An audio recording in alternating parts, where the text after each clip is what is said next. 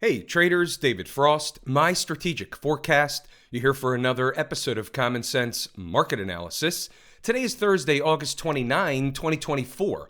We're looking at a daily chart of the SPY or Spider, which is the proxy for the S&P 500. What do we have on the docket today? Well, we have another day where she basically ate some time off the clock, threatened to break out early in this morning. However, by the end of the day, retreated back. And in the big scheme of things, she's been eating time off the clock since she got up into this area and now approaching, and those of you that have taken the course, Lazy E-mini Trader, will understand this, now approaching an on-time type of situation after eating time off the clock for as many days. Which leads me to something else. In terms of a little housekeeping item that wraps up into the 3-day holiday weekend. So let's start here. Little housekeeping. No inside the numbers tomorrow. There'll be some early commentary. We'll give the early morning schematic, and then that's about it. I'm taking a 4-day holiday weekend. We're off on Monday for Labor Day, and we'll be back Tuesday in uniform, ready to go. There goes the housekeeping item. That pretty much closes the book on the summer doldrums type of tape, if you will. Then we also have the old, are they going to float them up into a 3-day holiday weekend?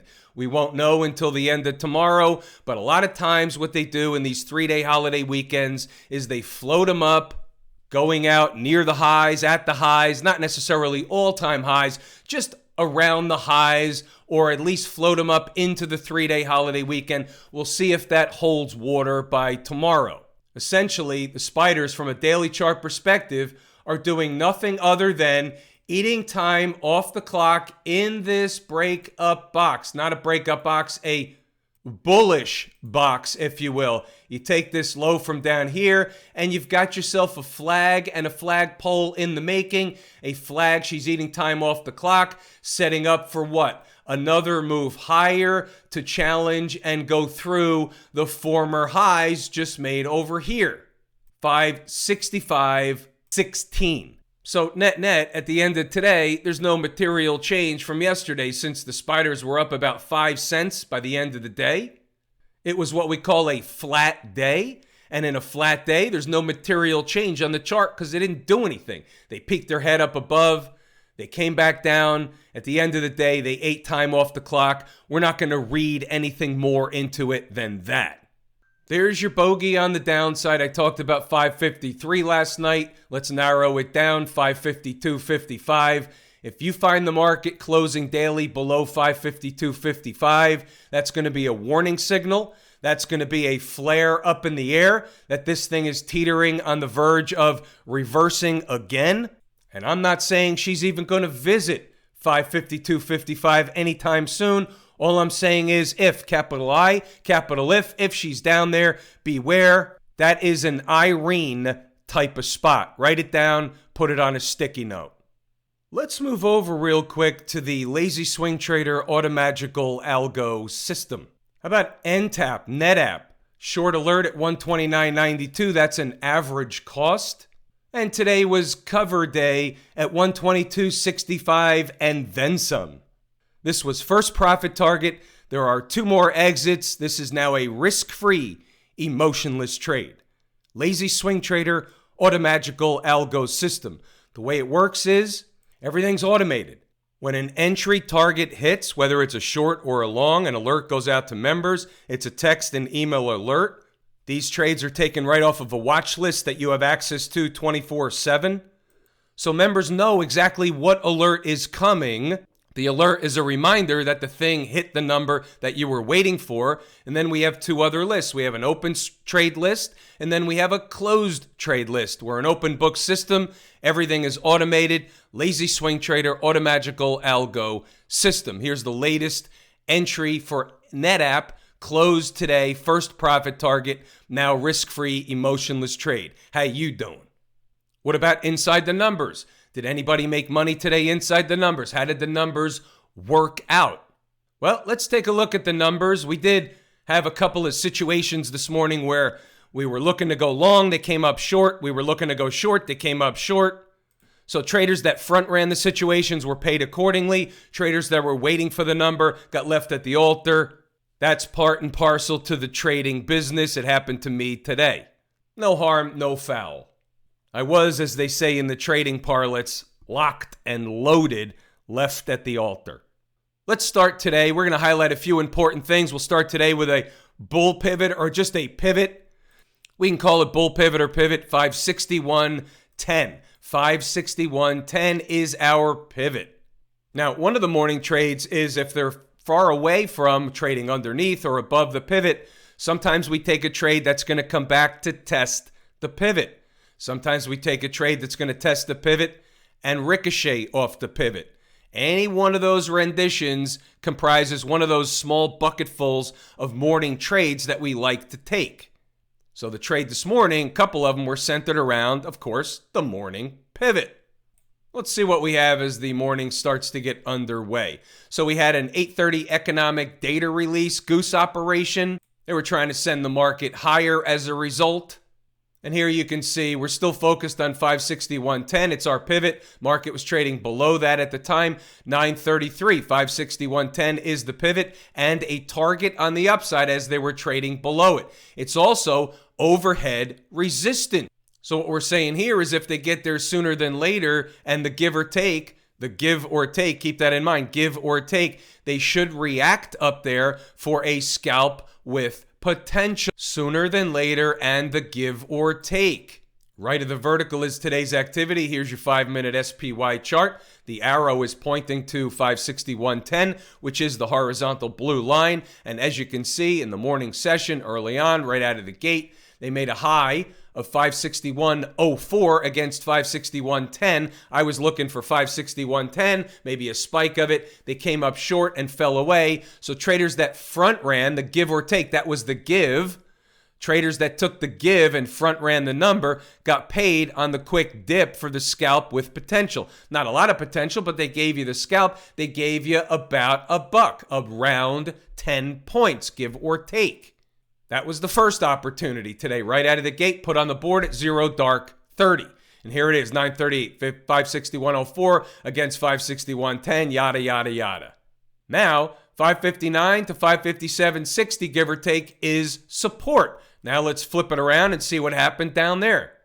As you can see here, this little green circle, they came up short when they took a dip in the early morning session. However, and before we even get to the however, that's the one where they came up short of the buy and short of the sell, at least for me. Any front runners were paid accordingly, but they did the thing down there in the support zone late in the day. Support zone, target zone, either way, anything you want to call it, it was a zone of importance, 559 to 557.60.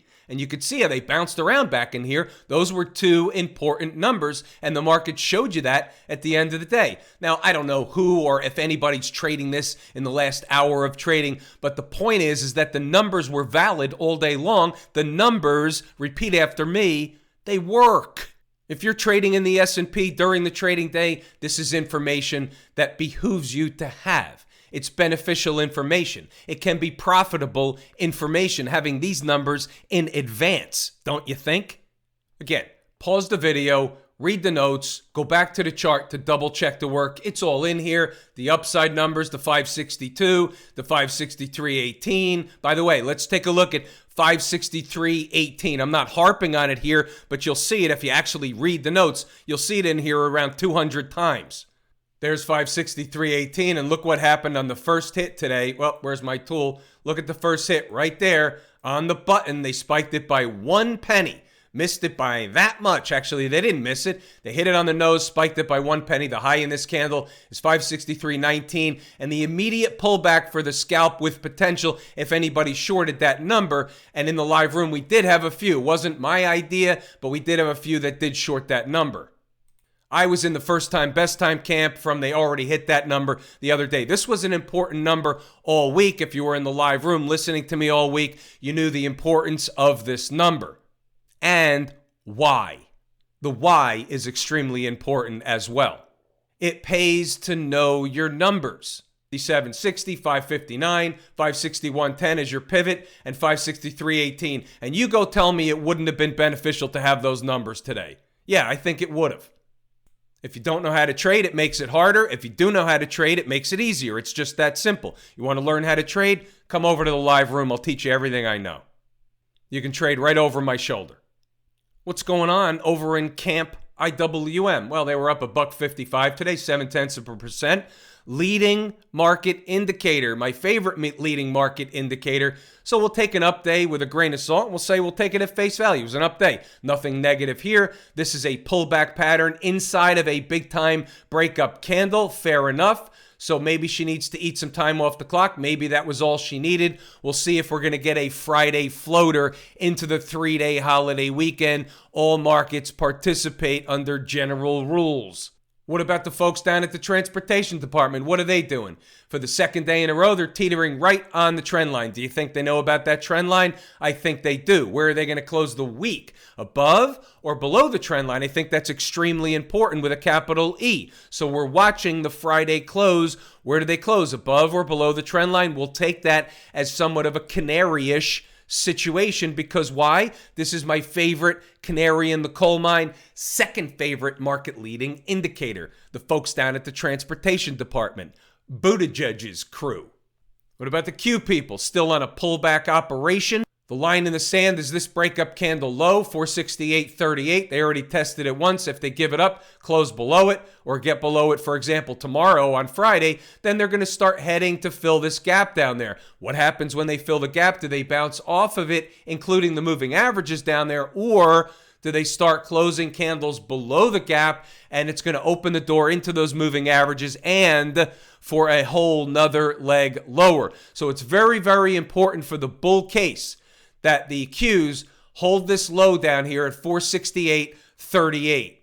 Write that down, put it on a sticky note, and put it in pen with an exclamation point at the end. What's going on with the financials? XLF up 40 cents today, 0.9%. Nothing wrong with the financials. Therefore, guess what? You got it. Nothing wrong with the structure of the overall market until something changes. Been saying that forever. The financials keep going higher. They're at new highs. There's nothing material wrong with the market.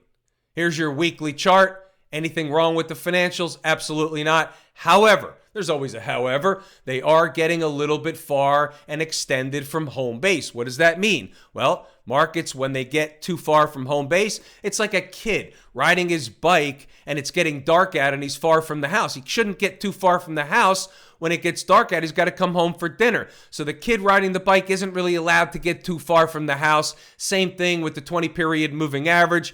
They don't like to get too far from home base. Home base is the house. The kid has to come home for dinner. Therefore, same rules apply to the market. They don't get too far from home base because they have to come in and check out or check back in at home base or the 20-period moving average. XLF is getting a little bit extended.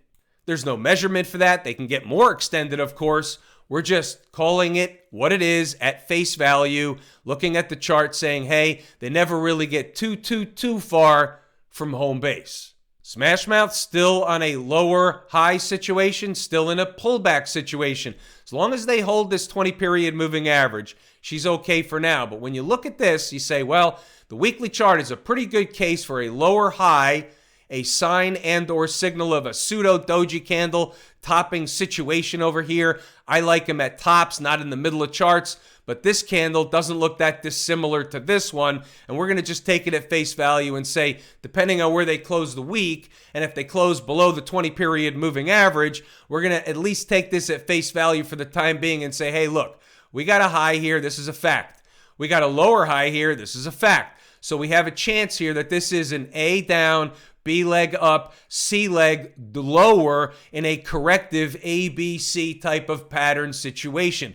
We are the umpire calling balls and strikes. That is on the table for Smashmouth, the Philadelphia Semiconductor Index. If I told you how much I appreciate each and every one of you, without you, these videos, they're not possible. That is true and accurate information. We're pulling the ripcord here today. I'm David Frost. My strategic forecast. Thanks again for tuning in to another episode of Common Sense Market Analysis.